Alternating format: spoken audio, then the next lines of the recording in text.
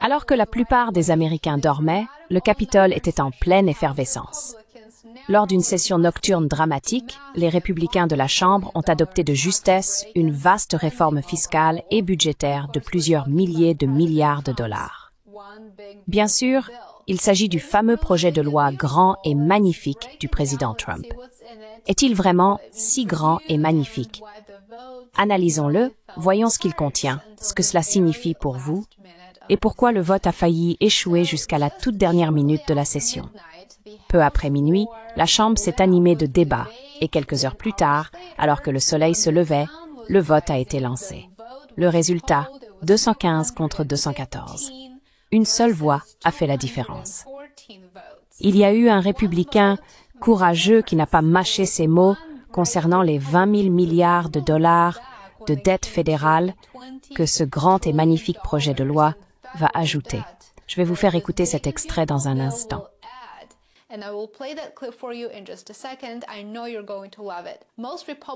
Je sais que vous allez adorer. La plupart des républicains réticents se sont finalement ralliés après le discours du président Trump, mais il y a eu une exception, le représentant Thomas Massie, qui a refusé de suivre le mouvement, comme il le fait habituellement, et il a qualifié le projet de loi, je cite, de bombe à retardement de la dette. Alors, que contient réellement ce vaste paquet législatif de 1000 pages? J'ai détaillé le contenu de ce projet de loi sur ma deuxième chaîne YouTube, où je parle de fiscalité, de finances personnelles et de petites entreprises. N'hésitez pas à vous abonner à cette chaîne si cela vous intéresse. Je mettrai le lien dans la description ci-dessous. Pour résumer rapidement, le projet de loi comprend 4,5 billions de dollars de réduction d'impôts prolongée issus de la loi fiscale de Trump de 2017. Il prévoit également de nouveaux allègements fiscaux, notamment l'exonération d'impôts fédéral sur les pourboires, les heures supplémentaires et les intérêts sur les prêts automobiles.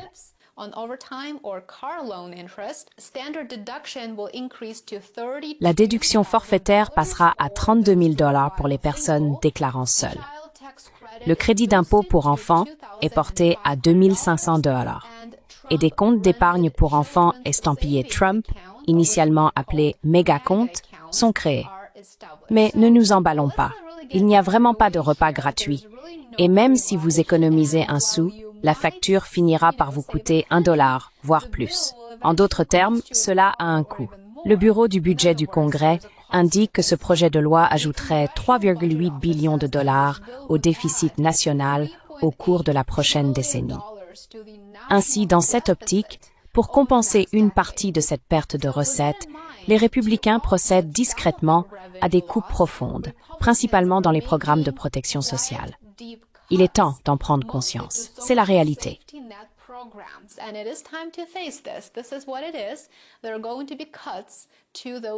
Il va y avoir des coupes dans ces programmes d'aide sociale. J'en parle d'ailleurs en détail sur ma deuxième chaîne YouTube. Cependant, je souhaite tout de même vous donner un aperçu rapide. Concernant Medicaid, de nouvelles exigences de travail pour les adultes valides entreront en vigueur en décembre 2026. Les exigences de travail pour le SNAP ou les bons alimentaires sont étendues jusqu'à 64 ans et les crédits d'énergie verte instaurés sous Biden sont fortement réduits. Qui sont les gagnants et qui sont les perdants? Voyons cela de plus près. Les ménages à haut revenu seront les plus avantagés. 8,6 millions de personnes pourraient perdre leur couverture santé et 3 millions de personnes de moins par mois pourraient bénéficier d'une aide alimentaire. Mais il ne s'agit pas seulement de fiscalité, bien sûr. Le projet de loi inclut également 350 milliards de dollars de nouvelles dépenses.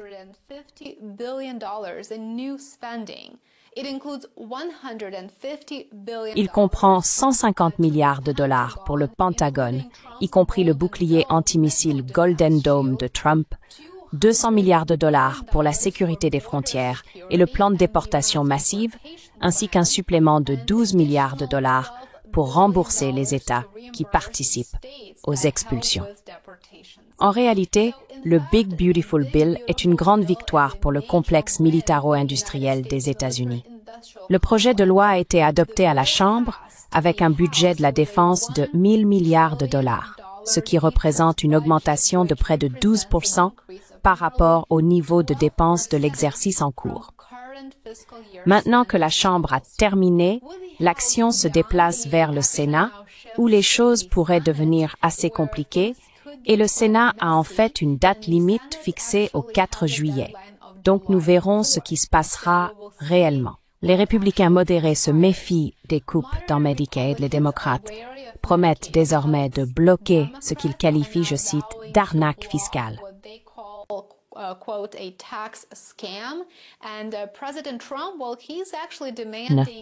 Et le président Trump, eh bien, il exige en fait une action rapide. Donc, il se passe beaucoup de choses et nous verrons comment cela évolue lors du passage au Sénat. Inutile de dire que ce projet de loi est audacieux, controversé et loin d'être finalisé. Va-t-il passer au Sénat? C'est une grande question. Les Américains vont-ils avoir le sentiment que l'âge d'or est arrivé ou vont-ils se brûler les ailes? Commentez ci-dessous. Dites-nous si vous êtes pour ou contre. Dans tous les cas, j'aimerais beaucoup avoir votre avis et aussi connaître votre explication sur la raison de votre position. Maintenant, voici le député Thomas Massie qui nous livre une dose de réalité à propos de ce grand et magnifique projet de loi que nous devons tous entendre. Regardez.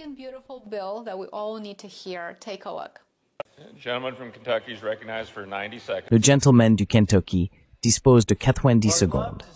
Eh bien, j'aimerais pouvoir me tenir ici et dire au peuple américain, nous pouvons réduire vos impôts, augmenter les dépenses et tout ira très bien. Mais je ne peux pas faire cela, car je suis ici pour apporter une dose de réalité. Ce projet de loi augmente considérablement les déficits à court terme, mais promet que notre gouvernement sera responsable sur le plan budgétaire dans 5 ans. Où avons-nous déjà entendu cela?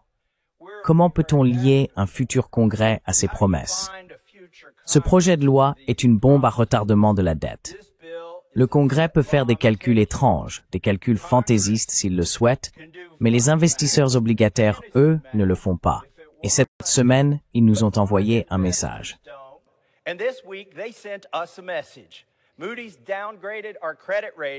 Moody's a abaissé notre note de crédit et les investisseurs obligataires qui achètent notre dette et la finance ont exigé des taux d'intérêt plus élevés sur les obligations à 10 ans, à 20 ans et à 30 ans. Qu'est-ce que cela signifie? Très bientôt, le gouvernement paiera 16 000 $ d'intérêt, rien qu'en intérêt, par famille américaine. Et que leur dit-on? Au lieu de régler ce problème, nous allons vous accorder une réduction d'impôt de 1 600 $. Avec les niveaux de taxation et de dépenses prévus dans ce projet de loi, nous allons accumuler, selon les auteurs, 20 000 milliards de dollars de nouvelles dettes au cours des 10 prochaines années.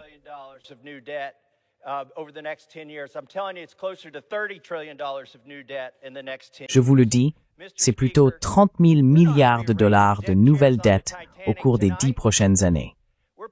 Monsieur le Président, ce soir, nous ne sommes pas en train de réarranger les chaises longues sur le Titanic. Nous mettons du charbon dans la chaudière et nous mettons le cap sur l'iceberg. Si quelque chose est beau, on ne le fait pas après minuit. Je m'oppose à ce projet de loi. Je rends la parole. Monsieur le Président, j'ai un amendement à présenter pour modifier le titre du projet de loi en projet de loi pour repousser le problème à plus tard et à d'autres fins. Le greffier va lire l'amendement. Amendement proposé par Monsieur Massie du Kentucky. Modifier le titre comme suit. Projet de loi pour repousser le problème à plus tard et à d'autres fins.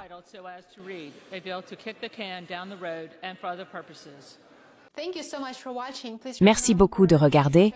N'oubliez pas de montrer votre soutien, aimez, abonnez-vous et partagez. Cela fait toute la différence. Devenez abonné sur worldaffairsandcontext.com.